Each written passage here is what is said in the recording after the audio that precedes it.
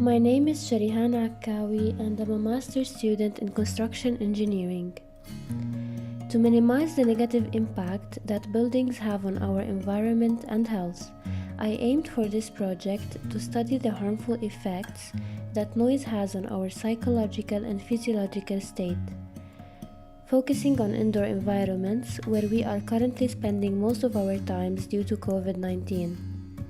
I believe that only by understanding well the influence which noise has on our quality of life, we will be able to propose innovative ideas to reduce the negative consequences. For instance, this is the acoustic ambience inside of a hospital. But aren't hospitals supposed to be especially designed for patients to feel supported, to rest well, and recover? Most of the sounds present inside hospitals are unnecessary to hear. And people are always moving outside in the hallways, this constant noise. I can't go to sleep. I really want to go home. As famous nurse Florence Nightingale said, unnecessary noise is the cruelest abuse of care which can be inflicted on either the sick or the well. Sadly, sound was never considered in the design of healthcare facilities, and the result is that noise is the #1 patient complaint in hospitals. In fact, noise levels in hospitals have steadily increased during the last 5 decades, and so has the suffering of patients and staff. Noise has been steadily increasing in the hospital environment. The World Health Organization guidelines suggest hospital noise level should average between 35 decibels during the day and 30 decibels at night. However, noise typically exceeds this, with 60 decibels recording during the day, with peaks above 100 decibels, and 85 decibels often recorded at night. An ambient electronic musician, Yoko Sen, described that the sound combination of the C note of the cardiac monitor with the F note of the bed alarm was called the devil in music during medieval times because it was very unsettling and induced feelings of fear. Imagine that for patients who die in the intensive care unit, that unsettling sound might be the last one they hear.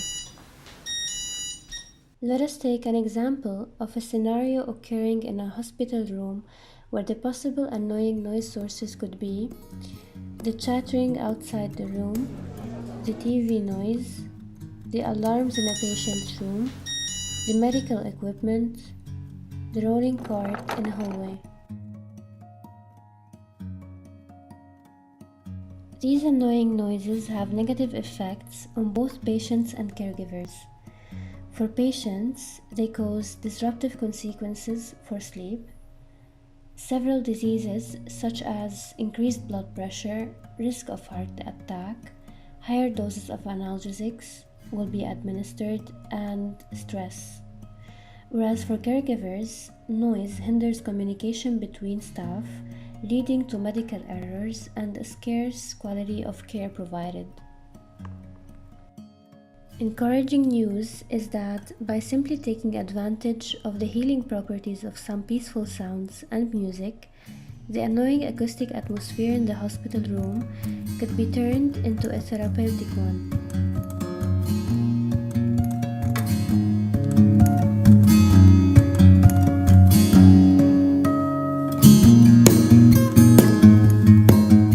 One suggestion could be that by the help of a phone application, the patient can list the sound sources he dislikes and select archived sounds that he personally likes. The preferred sounds will then be associated to the ones that were considered annoying. In addition, a sensor will be also used to recognize annoying sound vibrations when they occur, enabling them to be converted into favorite sounds in real time. As a result, with the use of the non-invasive earphones, the patient will be only living in his favorite acoustic atmosphere during his stay in the hospital. This simple method could be effective to change the perception of sounds that are linked to negative experience into positive ones. For example, a frightening, lonely, stressful hospital room can be converted into a dreamlike experience, such as being outdoors in a park listening to the sound of nature. Another extremely important factor to consider is being noise conscious. Let us assume, for example, that for each time the level of unnecessary sound exceeds the healthy standards, there is a device which amplifies the noise effect to make the person responsible aware of his disturbing noise emissions.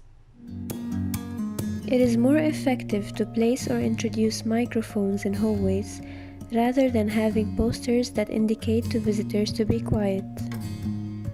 We should keep in mind that only through awareness we will have the power to change bad habits. Another element to be taken into consideration is the alarm.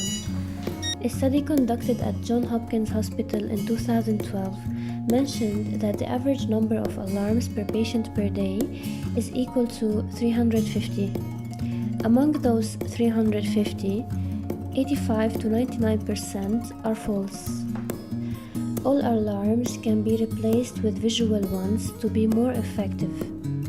Perhaps they can be exchanged with a more interactive, informative, and accurate version that indicates the severity of the patient's situation. This would drastically decrease the decibel level in the hospital, and on the other hand, it increases the quality of care service provided. In my opinion, the buildings of the future should be designed not only by considering the aesthetic, functional, and structural aspects, but also by giving careful attention to the healthy acoustic standards. This could be done by integrating sound level tracking devices that make sure the acoustic environment is adequate for the people who use the building. The future sound in buildings will aim toward maximizing productivity inside of working environments, minimizing the levels of stress, increasing concentration, enhancing the effectiveness of recovery and therapy inside of hospitals, avoiding diseases related to noise, and magnifying creative skills. An interesting fact is that sustainable renewable energy could also be produced from noise vibrations.